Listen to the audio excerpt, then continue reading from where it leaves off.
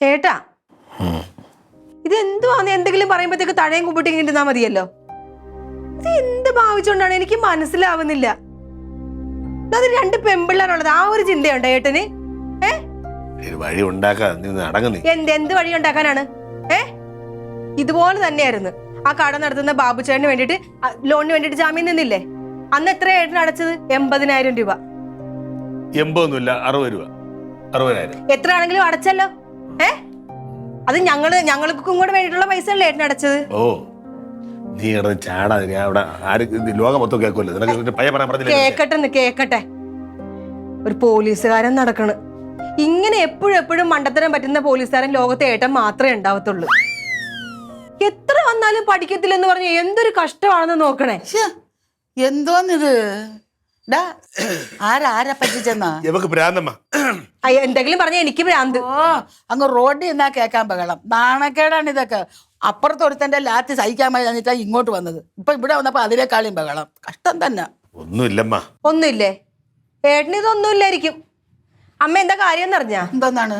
നമ്മുടെ ഇവിടെ പത്രം ഇടാൻ വരുന്നൊരു ചേട്ടനുണ്ടായിരുന്നില്ലേ, ഒരു താടിയുള്ള അശോകൻ ചേട്ടൻ. അയ്യോ, അശോകൻ മരിച്ചു പോയാ കഷ്ടമായി പോയി. മരിച്ചിട്ടൊന്നുമില്ല. ആ ചേട്ടൻ സൊസൈറ്റിയിൽ നിന്ന് ലോൺ എടുത്തിട്ടുണ്ടായിരുന്നു, ഇപ്പൊ മുങ്ങി. അതിനിപ്പോ എന്തോ അറസ്റ്റ് ചെയ്യണോ? ഏട്ടനാണ് അയാൾക്ക് വേണ്ടിട്ട് ജാമ്യം നിന്നേക്കണത്. 50,000 രൂപ ഇനി സൊസൈറ്റി കൊണ്ട് ഏട്ടന് അടക്കണം, അല്ലെങ്കിൽ ഏട്ടനെ അറസ്റ്റ് ചെയ്തോളും.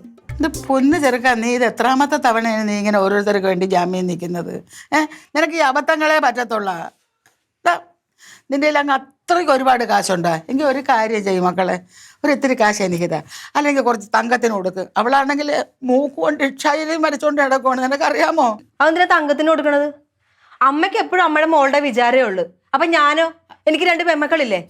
ഇപ്പൊ നിങ്ങൾ കുഞ്ഞായിരിക്കും, ഇതാന്ന് പറഞ്ഞിട്ട് വളർന്ന് കല്യാണപ്രായമാവും. ഞാനിതൊക്കെ പിന്നെ ആരോട് പോയി പറയണം? എന്തെങ്കിലും പറഞ്ഞോടെ നിർത്തുന്ന് പറഞ്ഞ അങ്ങോട്ട് പോയാൽ മതിയല്ല. പിന്നെ ഒന്ന് സമാധാനപ്പെട്. അവനാകെ മനപ്രയാസത്തിൽ നടക്കുകയാണ് കേട്ടോ. വീട്ടിലുള്ളവരും കൂടെ ഒരിത്തിരി സമാധാനം കൊടുക്കണം. ഞാൻ സമാധാനം കൊടുക്കാഞ്ഞിട്ടാണ്. അതല്ല ഞാൻ പറഞ്ഞത്. അല്ലെങ്കിൽ അവരിങ്ങനെ ജാമ്യമൊക്കെ എടുത്തെന്നിരിക്കും. എന്തു അമ്മ ഇത്? അമ്മയല്ല ഉമ്മ.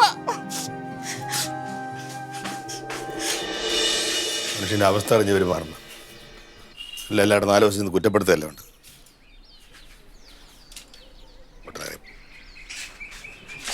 പൊന്നോ, ജീവിക്കാൻ ഒരു രക്ഷയില്ലാടാ. സൗകര്യം തരുന്നില്ലേ ക്ലീറ്റോ? എത്ര ദിവസമായിരുന്നു? ഒരാഴ്ചയായി തുടങ്ങിയിട്ട്. കൃത്യം പറഞ്ഞ പ്രസംഗം, അങ്ങോട്ട് തിരിഞ്ഞാൽ പ്രസംഗം, ഇങ്ങോട്ട് തിരിഞ്ഞാൽ പ്രസംഗം, അങ്ങോട്ട് തിരിഞ്ഞാൽ പ്രസംഗം. എൻ്റെ പൊന്നെ, തലവേദന എടുക്കണം അവിടെ ഇരുന്നിട്ട്. അമ്മ ഇങ്ങോട്ട് വന്നില്ലേ? സ്വൈര്യം കിട്ടാഞ്ഞിട്ട് അമ്മ തിരിച്ചു വന്നു. അമ്മ ഇച്ചാൻ എൻ്റെ അടുത്ത് ഇരിക്കാൻ വേണ്ടി വന്നതാ. ഓ, അവരുടെ പാർട്ടിയിൽ എന്തോ വലിയ ആൾക്കാരൊക്കെ വരണം. അപ്പൊ ക്ലീറ്റോ പ്രസംഗിക്കുന്നു. ആടാ, എന്താണ് പാർട്ടി വളർന്ന വഴി, അതാ വിഷയം. പാർട്ടി വളർന്നായിരുന്നാ? പക്ഷെ അല്ല, അതുകൊണ്ടല്ലേ വലിയ ആൾക്കാരൊക്കെ വരുന്ന, വളർന്നോണ്ടല്ലേ. അപ്പൊ അവരുടെ നടുക്ക് വെച്ച് ക്ലീറ്റോ ആണ് പ്രസംഗിക്കാൻ പോണത്. അല്ല, ഇനി അഥവാ അത്രയും വലിയൊരു സമ്മേളനമാണെങ്കിൽ അവിടെ സംസാരിക്കാൻ എവന്റെ പാർട്ടി വേറെ ആരും ഇല്ലേ? എവനെ ഉണ്ടടാ, ഒരുപാട് പേരുണ്ട്. എന്നെക്കാളും സീനിയറായ ഒരുപാട് പേര് DDT പാർട്ടിയിലുണ്ട്. പക്ഷെ എൻ്റെ അത്ര കഴിവും വാഗ്മിയുമായ വേറെ ആരും DDT പാർട്ടിയിൽ ഇല്ലാത്തത് കൊണ്ടാണ് അപ്പുക്കുട്ട സാറ് ഈ ദൗത്യം എന്നെ ഏൽപ്പിച്ചിരിക്കുന്നത്. DDT പാർട്ടിയിലെ ഏറ്റവും മുതിർന്ന നേതാവെന്ന് പറഞ്ഞാൽ ഗംഗാർ സാറാണ്. ഗംഗാർ സാറാണ് ഇവിടെ നടക്കുന്ന മിക്കവാറുള്ള എല്ലാ സമ്മേളനത്തിനും ആമുഖ പ്രസംഗം. ഗംഗാർ സാറിനെ ഒഴിവാക്കി മറ്റമ്പി ഈ സാധനം പിടിക്കണമെന്നുണ്ടെങ്കിൽ ഒന്നുകിൽ അപ്പുക്കുട്ട സാറിന്റെ കാല് തിരുമ്മി, അല്ലെന്നുണ്ട് വേറെ എന്തോ ഗിമ്മിക്കിനകത്ത് ഒപ്പിച്ചിട്ടുണ്ട്. അല്ലത് വരത്തില്ല, എനിക്ക് ഉറപ്പാണ്. ഒരു സാറിനെയും കാല് പിടിച്ചില്ല. അവിടെയാണടാ ഭാഗ്യം എൻ്റെ കൂടെ. കർത്താവ് എന്ന് പറഞ്ഞ ആൾ എൻ്റെ കൂടെ എന്നുള്ളത്. സംഗതി കർത്താവിൻ്റെ കാല് പിടിക്കണമല്ലോ, അതാണല്ലോ. അതുകൊണ്ടാണല്ലോ എനിക്ക് എല്ലാ സൗഭാഗ്യങ്ങളും വരുന്നത്. ഇതിപ്പോ ഗംഗാധരൻ സാറിനെയാണ് ഈ പ്രസംഗം ഏൽപ്പിച്ചിരുന്നത്. പക്ഷേ ഗംഗാധരൻ സാറിന്റെ നിർഭാഗ്യവശാൽ എന്റെ ഭാഗ്യം കൊണ്ടും ഗംഗാധരൻ സാറിന് വയറിന് ഫുഡ് ഇൻഫെക്ഷൻ അടിച്ചു. അത് ഞാൻ മേടിച്ചു കൊടുത്തു. അതൊന്നും പറയല്ലേ. അതല്ല, ഞാൻ സാറോട് കണ്ടു. സാറ് വേറെ എവിടെ എന്തോ ഫംഗ്ഷനും പോയിട്ട് എന്തോ കഴിച്ചു, അങ്ങനെ എന്തോ പ്രശ്നം പറ്റിയതാണ്. അങ്ങനെ ഇപ്പോൾ അപ്പുക്കുട്ട സാറ് പറഞ്ഞു, ഇപ്പോൾ എന്തായാലും ഗംഗാധരൻ ആശുപത്രിയിലാണല്ലോ, അപ്പം അയാൾക്ക് എന്തായാലും ഇനിയിപ്പോൾ റെസ്റ്റാണ്. ക്ലീറ്റസ് കാര്യം അതിന് വേണ്ട പോലെ കൈകാര്യം ചെയ്യൂ എന്ന് പറഞ്ഞിട്ട് എന്നെ ഏൽപ്പിച്ചു. അപ്പോൾ ഞാൻ പ്രസംഗം എന്താ റെഡിയാക്കിയതാ, ഇതിങ്ങനെ തയ്യാറായിക്കൊണ്ടിരിക്കുകയാണ്. അങ്ങനെയാണ് ഒരു വഴി. ഗംഗാധര സാറിൻ്റെ വയറിളകിയത് കൊണ്ട് മച്ചമ്മയ്ക്ക് വൈറലാവാൻ പറ്റും. അതായത് ഈ പ്രസംഗം മച്ചമ്പിലേക്ക് വന്നല്ലോ, നല്ല കിടുക്കാച്ച ഒരു പ്രസംഗം കാനം മച്ചമ്പയും കൊണ്ട് എഴുതിയിട്ട് കഴിഞ്ഞ വർഷം ആ കോവള സമ്മേളനത്തിൽ പ്രസംഗിച്ചാണ്ടല്ലോ താരം കയറി കട്ടും. ശ്രാവണ സമ്മേളനത്തിന് അതിന് കോവള സമ്മേളനത്തിന് അവന്റെ പ്രസംഗമാണ് ഞാൻ പ്രസംഗിച്ചത്. നിന്റെ താര് പറഞ്ഞു? ഭർത്താവേ, കാണാതെ പഠിച്ച് അവിടെ പോയത് പറഞ്ഞു ഞാൻ കേട്ടോണ്ടിരിക്കുവാന്നല്ലോ. ഇനി ഒന്നാമത്തെ കാര്യം ആരോടും ഞാൻ ഇതുവരെയും പറഞ്ഞിട്ടില്ല. അന്ന് ആ സമ്മേളനത്തോടടുത്തപ്പോൾ ഞാൻ പ്രസംഗം തയ്യാറാക്കായിരുന്നപ്പോൾ എൻ്റെ അടുത്ത് വന്നിട്ട് പറഞ്ഞു, ഡേ ക്ലീറ്റോ, നിനക്ക് ഇപ്രാവശ്യം പ്രസംഗിക്കാനുള്ള കുറച്ച് സാധനം ഞാനൊന്ന് എഴുതി തന്നാലോ, ഞാനൊന്ന് പറഞ്ഞു തന്നാലോ എന്ന് പറഞ്ഞു. നീ അവൻ്റെ ഉള്ളിൽ കിടന്ന് തിളയ്ക്കണതല്ലേ. ഞാൻ പറഞ്ഞു നീ എഴുതി താ. എടുത്തു വെച്ച് നോക്കിയപ്പോൾ ഉണ്ടല്ലോ ഒരു വകയ്ക്കും കൊള്ളൂല. അതൊക്കെ പ്രസംഗിച്ചെങ്കിൽ എനിക്ക് പിടിച്ചിരിക്കാൻ പോലും പാർട്ടിയിൽ നിന്ന് അന്നേ പുറത്തായിരുന്നു. പക്ഷേ ഞാനെന്ത് ചെയ്തു, ഞാനവിടെ പോയി, ഇവിടുന്ന് ഞാൻ ഒന്നും പറഞ്ഞില്ല. ഞാനവിടെ പോയി എൻ്റെ ഉള്ളിൻ്റെ ഉള്ളിൽ നിന്ന് വന്ന സാധനങ്ങളെല്ലാം എടുത്തിട്ട് അങ്ങ് തലയ്ക്കും. ഉള്ളിന്റെ ഉള്ളിൽ നിന്ന് കോട്ടുവാ വന്ന് കോട്ടുവാ ഇവിടെ വായിച്ച് കേട്ടതാണല്ലോ ആദ്യമേ. ഞാൻ ഫ്രണ്ട് ഇരിപ്പണം ആദ്യമേ പറഞ്ഞെന്താ, പ്രിയമുള്ളവരെ, DDT എന്ന് പറയുന്ന വടവൃക്ഷത്തിന്റെ ഒരു ഇലയാണ് ഞാൻ. എന്തോരം കൈഡിയായിരുന്നു. അതും ആ വട മാത്രമേ ഞാൻ എടുത്തിട്ടുള്ളൂ. അവൻ കനകൻ എഴുതിയെന്ന് വട മാത്രമേ എടുത്തുള്ളൂ, വേറെ ഒരു സാധനം ഞാൻ എടുത്തിട്ടില്ല. മൊത്തം പ്രസംഗിച്ചത് കനമച്ചം എഴുതി തന്നെ. അതിന് ഓരോന്നിനും കൈഡി ഞാൻ ഫ്രണ്ട് ഇരുന്ന് കേട്ടില്ല. നീ എവിടെ കേട്ട്? ഫ്രണ്ട് ഇരിപ്പുണ്ട്. ചുമ്മാ നീ ചായമടയുടെ കൗണ്ടറിൽ പോയത് ഞാൻ കണ്ട്. എൻ്റെ പ്രസംഗം നീ ഒന്നും കേട്ടില്ല. ഞാനന്ന് ഞാൻ പറഞ്ഞില്ല, ഞാനന്ന് എൻ്റെ അനുഭവങ്ങളും എല്ലാം ഞാൻ എടുത്തിട്ടാണ് അലക്കിയത്. അതുകൊണ്ട് ഇതിപ്പോ ഗംഗാര സാറിൻ്റെ ഒരു സംഭവം സാറ് തന്നെ തയ്യാറാക്കിയുണ്ട്. സാറിന് അതിന് വേണ്ടി തയ്യാറാക്കി എഴുതിയൊക്കെ വെച്ചതാ സാറ്. ഇനിയിപ്പോൾ ഇത് കാണാതെ ഞാൻ തന്നെ പഠിച്ച് പ്രസംഗിക്കണം. വേറെ ഒരുത്തനും ഇതിന് ഇത്രയും പേപ്പറുണ്ടേ, ഇത്രയും പറയാനുള്ള ഒറ്റ DDT ഇല്ല. അതുകൊണ്ടാണ്. നോക്ക് എങ്ങനെയുണ്ടെന്ന് നോക്ക്. നിന്റെ കനകമച്ചമ്പി എഴുതിയതുപോലെയാണോ നോക്ക്. പ്രിയമുള്ളവരെ, വളർന്നു വരുന്ന സഹ്യസാനുവിൻ്റെ താഴ്വാരത്തിലെ ഇലകളാവുന്നാണ് ഇത്. ശുദ്ധ സംഗീതം അല്ല, സാഹിത്യം. ഇതങ്ങോട്ട് കീച്ചു കഴിഞ്ഞാൽ ചീമ്പും. ഉറപ്പായിട്ട് അവിടെ കിടന്ന് കാണിക്കും. ഒന്നുമില്ല. ഇതിപ്പോൾ സാറ് ഗംഗാധരൻ സാർ ഇത് എഴുതിയേക്കണമെങ്കിൽ ഞാനിതിൻ്റെ പര്യായവാദങ്ങളാക്കി ലഘൂകരിച്ച് നമ്മളെ അണികൾക്കൊക്കെ മനസ്സിലാവുന്ന രീതിയിലായിരിക്കും ഞാനിത് സംസാരിക്കുന്നത്. ഇതെങ്ങനെ മനസ്സിലാവുന്ന? ഇതൊരുമാതിരി സന്ദേശ സിനിമയ്ക്കകത്ത് ശങ്കരാടി പറയുന്ന പോലെ പാർട്ടിയുടെ അന്ധതാര വിഘടനവാദികളും അസുരവാദികളും എന്നൊക്കെ പറഞ്ഞാൽ ആൾക്കാർക്ക് മനസ്സിലാകത്തില്ല. ഇപ്പോഴത്തെ പ്രസംഗത്തിന്റെ ശൈലി കണ്ടിട്ടില്ലേ? അങ്ങനെ അത് വേണ്ട, നമുക്ക് തൽക്കാലം അത് വേണ്ട. നീ എന്നെ പാർട്ടിയിൽ നിന്ന് പുറത്താക്കാനുള്ള വല്ല പരിപാടിക്കാണോ നീ? വൈറലായ അതിന്റെ ഒരു ഇച്ചിരി നമുക്കൂടെ കിട്ടും. അതിന് നീ എന്നെ നശിപ്പിക്കാനുള്ള നല്ല രീതിയിൽ ഇതിന് ഞാൻ പഠിക്കാനുള്ള അതിനുള്ള പ്രയോജനം എന്താ? അതിനുള്ള ഒരു ഇതാ കട്ടൻ ചായ ഇട്ടേ. അത് ആയിക്കോട്ടെ, ഒരു കട്ടൻ ചായ ഇട്ടെ. ഞാനിതൊന്ന് മനസ്സിലായിക്കോട്ടെ, ബൈ ഹാർട്ടാക്കട്ടെ.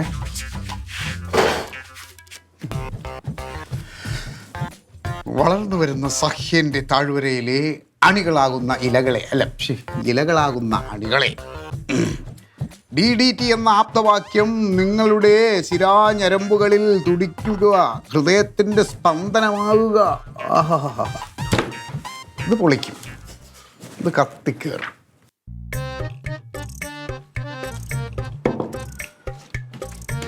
നീ വിഷമിക്കൊന്നും വേണ്ട. പക്ഷെ അവള് പറഞ്ഞതിൽ കാര്യമുണ്ട് കനക. ഇത് ഒരു പ്രാവശ്യമാണെങ്കിൽ വേണ്ടിയില്ല. ഇതിപ്പോ എത്ര പ്രാവശ്യമായിട്ട് നിന്നെ ആൾക്കാർ പറ്റിക്കാൻ തുടങ്ങിയിട്ട് നീ എന്തിനാണ് ഇതൊന്നും പഠിക്കാത്തത്? എന്നിട്ട് ഇത് മനഃപൂർവ്വം ചെയ്യണം. ഒരാള് ആരെങ്കിലും വന്ന് അവരുടെ അത് വേണ്ടപ്പെട്ടവർ ആരെങ്കിലും വന്ന് ഒരു ആവശ്യം പറയുന്നു, സങ്കടം പറയുന്നു, കണ്ണ് നിറയുന്നു, അത് കാണുമ്പോൾ നമ്മൾ സ്വാഭാവികമായിട്ടും ചെയ്യാൻ പറ്റുന്ന സഹായം ചെയ്ത് കൊടുക്കും. അല്ല മനഃപൂർവ്വം എന്നെ പറ്റി എന്ന് പറഞ്ഞ് ഞങ്ങൾക്ക് പോയി നിൽക്കണേ. ഇതിലും ഭേദാ നീ ഇങ്ങനെ നടന്നോ സത്യവാനായിട്ട്, വലിയ സത്യസന്ധൻ, മനസ്സലിഞ്ഞുകൊണ്ട്. അതിനൊക്കെ അതേ താഴോട്ട് ആ മനുഷ്യനെ കണ്ടുപിടിക്കും. ക്ലീറ്റോൻ ആരെങ്കിലും പറ്റിച്ച് ജാമ്യം എടുപ്പിക്കണതല്ലാതെ ക്ലീറ്റോ നിൽക്കൂലല്ലോ ഒരാൾക്കും ജാമ്യം. ഒരാൾക്കും നിൽക്കൂല. ചിരിക്കുന്നു എന്തൊക്കെ ഒരാള് പോലും ക്ലീറ്റോന്റെ ജാമ്യം എടുക്കത്തില്ല. പ്രത്യേകിച്ച് രാഷ്ട്രീയക്കാർ ഒരു ഭയങ്കര ഉയർന്ന് ഓടിക്കും അങ്ങോട്ട്. എടാ റൊണാൾഡേ, ഇന്നാള് നിനക്ക് പുതിയ ബൈക്ക് വേണോന്ന് പറഞ്ഞിട്ട് നീ പറഞ്ഞോ? അപ്പൊ ക്ലീറ്റോ മച്ചമ്പി എന്താ പറഞ്ഞത്? നിനക്ക് ഞാൻ സൊസൈറ്റിയിൽ നിന്ന് ജാമ്യം നിന്ന് ലോൺ എടുത്ത് തരാടാ എന്ന് പറഞ്ഞോ? മറന്നല്ലോ. വന്ന വഴി മറക്കണം. വന്ന വഴി ഒന്നും മറന്നിട്ടില്ല. മച്ചമ്പി ആ കഥ കേൾക്കണം. എന്ത് കഥ? വർക്ക്ഷോപ്പിന്റെ ആവശ്യമായിട്ട് എനിക്ക് ലോൺ എടുത്ത് തരാമെന്ന് പറഞ്ഞു. പക്ഷെ വ്യവസ്ഥ എന്തുവാ? ലോൺ കിട്ടുന്നതിൽ പകുതി നേരെ ക്ലീറ്റോ മച്ചമ്പയുടെ പോക്കറ്റിലോട്ടുണ്ടാവും. അവസാനം ആരുടെ ഒരു വ്യാജ സർട്ടിഫിക്കറ്റ് ഒപ്പിച്ചോണ്ടെന്ന് ബാങ്കിൽ ലോൺ എടുക്കാൻ ചെന്നപ്പോൾ അവര് കൈയോടെ പിടിച്ചു. എന്റെ പിള്ളേരെ റോസ്മിനിയുടെ ഐശ്വര്യം കൊണ്ട് എനിക്ക് അടിയും പറ്റിയില്ല, കേസിലും പറ്റിയില്ല. എന്നിട്ട് കറിയല്ല നിനക്ക്, ഞാനൊന്നും പറയുന്നില്ല കേട്ടോ. അച്ചമ്പി വിഷമിക്കാരി. ഈ കാര്യത്തിനകത്ത് എന്തെങ്കിലും ഒരു വഴി ഉണ്ടാവും. വഴിയില്ലാത്ത വാഴത്തോപ്പില്ലെന്നാണല്ലോ. ധൈര്യമായിട്ട് ചെയ്യും. അതല്ലടാ, എന്റെ അടുത്തെങ്കിലും ഒരു വാക്ക് പറഞ്ഞിട്ട് പോയാൽ മതി. അതാ വിഷം. ആവശ്യം അല്ല, എന്നോട് സൂചിപ്പിക്കാമല്ലോ. ഇപ്പൊ ബാങ്കിൽ പറയാം. നിന്നോട് പറഞ്ഞിട്ടാണോ മുങ്ങണേ? എന്നാ ബാങ്കുകാരെങ്കിലും വിളിച്ച് പറയണ്ടേ, സൊസൈറ്റിക്കാരും വിളിച്ച് പറയണം. ഒരു വർഷമായിട്ട് മുണേ കിടക്കണം, അവരും പറഞ്ഞില്ല, ഇവരും പറയുന്നില്ല. ഇത് ഇപ്പോഴല്ലേ നമ്മൾ അറിയണത്. അവൻ പറയാതെ മുങ്ങിയത് ഒട്ടും ശരിയായി. അത് തന്നെ പറഞ്ഞു. അതിനെ മറ്റേ തരവെന്ന് വേണം പറയാൻ. ഞാൻ ഇതേപോലെ പണ്ട് എനിക്ക് നെയ്യാറ്റിൻകര ആയിരുന്നല്ലോ വർക്ക്ഷോപ്പ്. അവിടെ വർക്ക്ഷോപ്പ് തുടങ്ങാൻ കൈ തമ്പടിയൊന്നുമില്ല. അപ്പോൾ നമ്മുടെ ഒരു ബന്ധുണ്ട് സേവരങ്ങൾ, ഇവർക്കെല്ലാം അറിയാം. സേവരങ്ങൾ ജാമ്യത്തിൽ നിന്നിട്ട് 2 ലക്ഷം രൂപ എടുത്തിട്ടാണ് എനിക്ക് ആ വർക്ക്ഷോപ്പിൻ്റെ സാധനങ്ങളും ഒക്കെ മേടിച്ചിട്ട് വർക്ക്ഷോപ്പ് തുടങ്ങി. വർക്ക്ഷോപ്പ് ഓടുന്നു. ഞാൻ പെട്ടെന്ന് തന്നെ വണ്ടിയൊക്കെ ഓടിക്കാൻ പഠിച്ച് അത്യാവശ്യം വണ്ടിപ്പണിയൊക്കെ പഠിച്ച് എഞ്ചിൻ പണിയൊക്കെ പഠിച്ചപ്പോഴത്തേന് ഈ എഞ്ചിൻ പണിഞ്ഞ വണ്ടികൾ എൻ്റെ തലയിലാവും. അതിന് ഞാൻ നഷ്ടപരിയായിട്ട് പൈസ പോകുന്ന പറഞ്ഞപ്പോൾ ഞാൻ മുങ്ങി. പക്ഷേ കൃത്യമായിട്ട് സേവരങ്ങളുടെ അടുത്ത് ഞാൻ കാര്യം പറഞ്ഞു, അങ്ങളെ മുങ്ങുമെന്ന് പറഞ്ഞു. അതിൻ്റെ ഒരു പ്രശ്നങ്ങളൊന്നും ഉണ്ടായില്ല. പിന്നെ ലോൺ ആരടച്ച്? സേവനങ്ങൾ കൃത്യമായിട്ട് അടച്ചു. പറഞ്ഞ മനസ്സിലായില്ലേ? അതിൻ്റെ പേര് ഇതുവരെ അങ്ങനെ തന്നെ ഇച്ചിപ്പോന്ന് പറഞ്ഞിട്ടില്ല. അതെന്തുകൊണ്ടാണ് മുൻകൂട്ടി പറഞ്ഞോണ്ട്. എന്റെ റൊണാൾഡേ, എന്ത് നീ എന്ത് നട്ടാക്കുരുക്കാത്ത നുണയാടാ പറഞ്ഞേ? തട്ടാക്കുരുക്കാത്തതാണ് കുരുത്ത നുണ തന്നെ. കുരുക്കാത്ത നുണയാ. എടാ കേട്ടോണം, ഇന്നാള് കല്യാണത്തിന് പോയില്ലേ നമ്മളെല്ലാരും കൂടി കൊടങ്ങാവിളയിൽ ഒരു ആളിനെ? അന്നേരം ആ അത്രേ ആൾക്കാരുടെ ഇടയിൽ വെച്ച് ഈ പറയുന്ന സേവരങ്ങൾ ഇവന്റെ ചെകിട്ടത്ത് നോക്കി പൊട്ടിക്കണത് ഞാൻ എന്റെ കണ്ണുകൊണ്ട് കണ്ടതാ. അതിന്റെ കഥ പറഞ്ഞ അത് കരണക്കൊറ്റി നോക്കി അടിച്ചതല്ല. ഒത്തിരി നാളിന് ശേഷം സേവരങ്ങളെ കണ്ടപ്പോ ചേട്ടാ എന്തോണ്ടാ ലേറ്റോ പറഞ്ഞു, നീ അവിടെ വർക്ക്ഷോപ്പ് തുടങ്ങി എങ്ങനെ ഉണ്ട്? ഞാൻ പറഞ്ഞാൽ ആ പണിയൊക്കെ കുറവാണ്. കാര്യം എന്ന് പറഞ്ഞാൽ അതിൻ്റെ മറ്റേ എക്യുപ്മെന്റ്സ് ഒന്നുമില്ല. അപ്പോൾ ഇത്തിരി മോഡിഫിക്കേഷൻ ഒക്കെ ചെയ്യണം.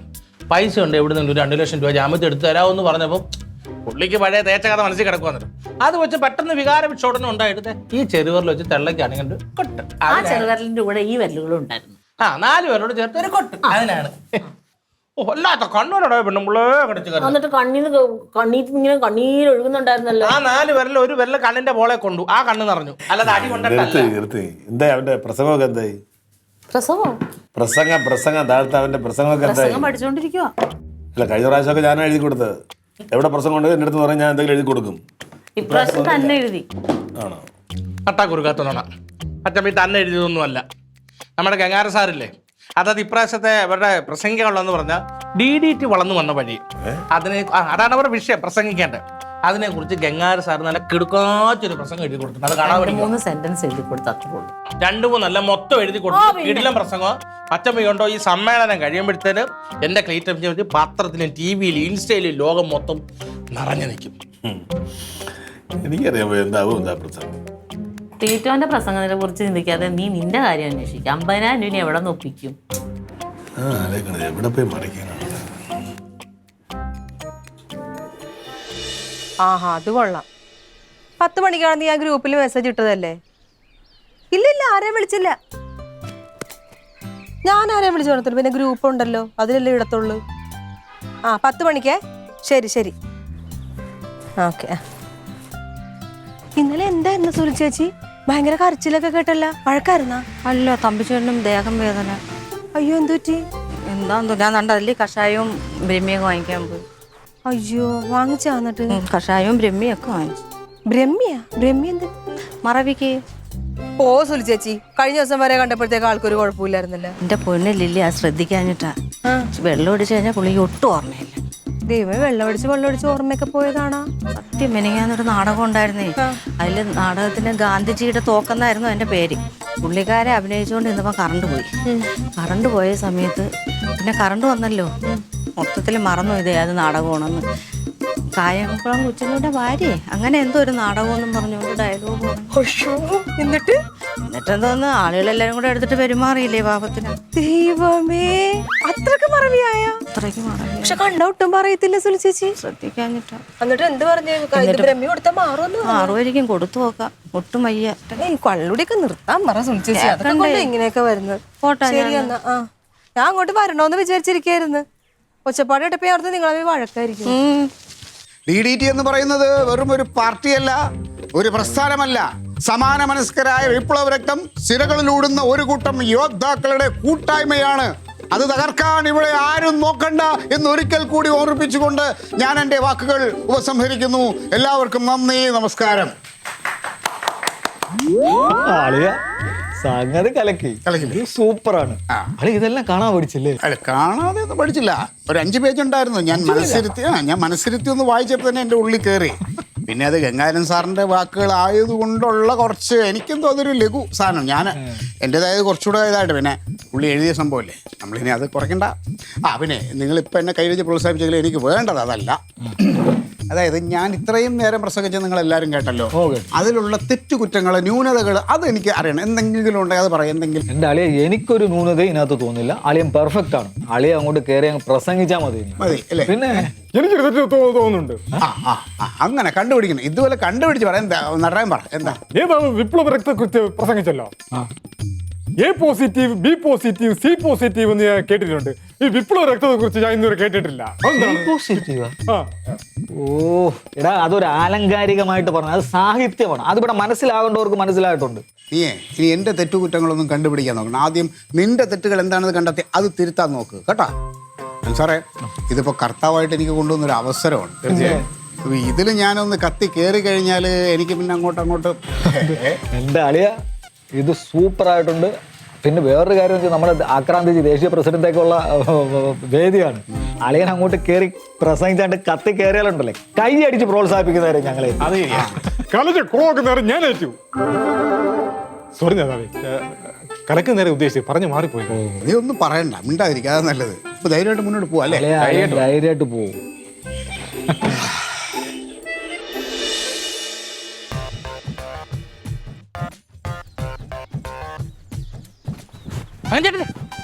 എന്തേടാ? ക്ലീറ്റ മച്ചം ഇങ്ങോട്ട് വന്നോ? ഇല്ല, ക്ലീറ്റ മച്ചമ്മ നിങ്ങളുടെ അങ്ങോട്ടല്ലേ വന്നേക്കണേ? വന്നില്ലേ? ഇല്ല. വിളിക്കാനും ചെയ്തോ?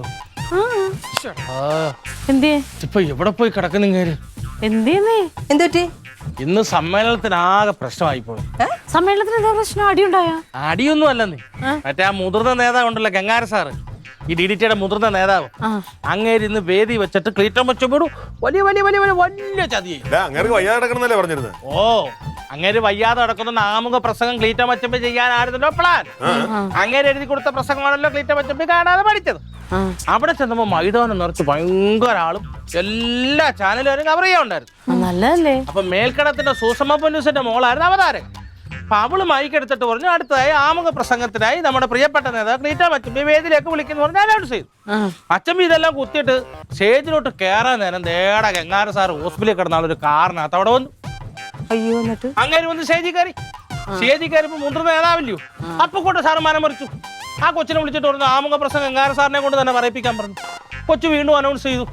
അങ്ങനെ ഒരു ഭയങ്കര ഒരു പ്രസംഗം അങ്ങോട്ട് വെച്ചു. മച്ചമ്പി അവിടെ വിഷമിച്ച് നിൽക്കുന്ന ഞാൻ കണ്ടതാ. പ്രസംഗം എന്ന് പറഞ്ഞാൽ വൈറലായി കിടന്ന ആള് വൈറലായിട്ടൊരു പ്രസംഗം വെച്ചു. ഭയങ്കര കൈയടി. ഞാനും ബസ്സിലടിച്ചു. പ്രസംഗം കഴിഞ്ഞ് നോക്കുമ്പോ അവിടെ കാണുന്നില്ല. എന്റെ ദൈവമേ, പോയിട്ടുണ്ടാവോ? നായരേട്ടന്റെ കടയിലെങ്ങാനും ഇരിക്കുമായിരിക്കുന്നു. പക്ഷെ അവിടെ എങ്ങുമില്ല. ഫോണിൽ വിളിച്ചോക്കെ എടുത്തില്ല. അൻസാർ മെമ്പർ വിളിച്ചിട്ട് പറയുന്നിട്ട് സ്വിച്ച് ഓഫ് എന്ന് പറഞ്ഞിട്ട്. അപ്പൊ ഞാൻ വിചാരിച്ചു ഇനി മനോവിഷമം നേരെ ഇങ്ങോട്ട് വന്നതായിരിക്കും. ഇങ്ങോട്ട് വന്നില്ല. നീ വിളിച്ചെന്ന് പറയേണ്ടത്. ഭയങ്കര ഇതായി പോയി. ഭയങ്കര ആഗ്രഹിച്ചിരുന്നതാണ്. 2 ദിവസം പഠിച്ചതാണ്. കാണാതെ പഠിച്ചു. അവിടെ വെച്ചിട്ട് എന്നെ ആൽത്തറമൂട്ടി കൊണ്ടുപോയിട്ട് കാണാതെ പച്ചവെള്ളം പിടിച്ചപ്പോ എനിക്ക് സന്തോഷമായി. ഇത് ഹിറ്റാവുന്ന എനിക്കറിയാം. ഒന്നും കൂടി വിളിച്ചു നോക്കിയടാ. എപ്പോഴും ഇങ്ങനെ തന്നെയാണ്. പാവം പിടിച്ച മനുഷ്യൻ. നീ അന്വേഷിക്കണ്ടായിരുന്നു. നീ അന്വേഷിക്കാൻ ഞാൻ അവിടെ അല്ലേ നോക്കട്ടെ. ഞാൻ സാധാരണ അവിടെ ഇല്ലെങ്കിൽ ഇങ്ങോട്ട് വരുന്ന ശീലമാണല്ലോ. അതല്ലേ ഞാൻ ഓടി വന്നേ. അവിടെ നിന്ന് എന്തെങ്കിലും അറിയാവുന്ന അൻസാർ മെമ്പർ വിളിച്ച് പറയാന്ന് പറഞ്ഞിട്ടുണ്ട്. പക്ഷെ മനസ്സ് വിഷമിച്ചു കേട്ടോ. ഞാൻ കണ്ടു മാധവിയിൽ പിള്ളേർ നഷ്ടപ്പെട്ട കഥ പറയാൻ വേണ്ടിട്ടാണ് ഇങ്ങോട്ട് വന്നേക്കുന്നത്. എന്റെ ക്ലീറ്റോ എന്തിയേ? ഹെൽമെറ്റ് അകത്തല്ലേ? ഹെൽമെറ്റ് ക്ലീറ്റ വെച്ചപ്പോഴായിരിക്കുന്നത്.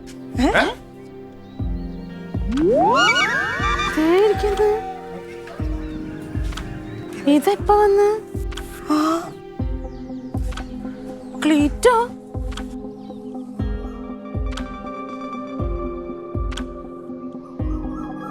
ക്ലീറ്റോ എന്തേ? അതും പ്രസംഗിക്കാൻ പറ്റിയില്ലേ? പോട്ടെ. പരീക്ഷയ്ക്ക് പോലും എന്റെ ക്ലീറ്റോ ചേട്ടൻ ഇത്രയും പഠിച്ചിട്ടില്ലായിരുന്നു. നല്ല ഒന്നാന്തരം പ്രസംഗമായിരുന്നു. ക്ലീറ്റച്ചേട്ടന്റെ സൂപ്പർ പ്രസംഗം കൊണ്ടെന്ന് പറഞ്ഞാൽ കുടങ്ങാളിൽ കുറേ ആൾക്കാരെ കൊണ്ടുവന്നായിരുന്നു. ഇതിനൊക്കെ ഇത്രയും ബിൽഡപ്പ് കൊടുക്കേണ്ട കാര്യം എന്താണ്? അളി, ഇതൊക്കെ ചെറിയ കാര്യങ്ങളാണ്. ചെറിയ കാര്യങ്ങളെ ചെറുതായിട്ട് കാണും. നീ അന്തസ്സായിട്ട് അവിടെ തന്നെ നിൽക്കണമായിരുന്നു. ഓഹോ, അപ്പൊ ഞാൻ അവിടെ നിന്ന് നാണം കണ്ടതാണ് നീ പറഞ്ഞു പറഞ്ഞത്. അല്ലടാ, ചെറിയ കാര്യം നിനക്കിത് ചെറിയ കാര്യമായിരിക്കും.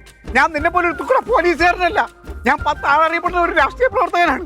എന്റെ പ്രസംഗം കേൾക്കാൻ പല താലൂക്കിൽ നിന്ന് ആൾക്കാർ അവിടെ വന്നു. അവരെയൊക്കെ മുമ്പിൽ ഞാൻ നാണം കെട്ട് അവിടെ നിൽക്കണതല്ലടാ നീ പറയണത്. അത് എന്നെ കിട്ടൂല. നീ വേറെ ആരെങ്കിലും പോയി നോക്കണം. എന്താടാ നടക്കുന്നത്? ചുമ്മാ കനക എടാ അതിന്റെ വിഷമം കൊണ്ട് പറഞ്ഞിട്ട് പോയതിന് ഇതിന്റെ പേരിൽ വഴക്കുണ്ടാക്കല്ലോ കേട്ടോ. ഇത് വഴക്കുണ്ടാക്കല്ലേ ഏട്ടാ? ഞാൻ ആര് വഴക്കുണ്ടാക്കാൻ പോണു? ഞാനാ? എന്തിന്? എടി എന്നെ 4 പറഞ്ഞപ്പോൾ അവൻ്റെ സകല വിഷമം അവന് പോയി. അവന് സമാധാനമായി, അവൻ സന്തോഷമായി. അതല്ലേ നമുക്ക് വേണ്ടത്. ഞാൻ കാര്യമാക്കില്ല. സങ്കടമായിക്കാം.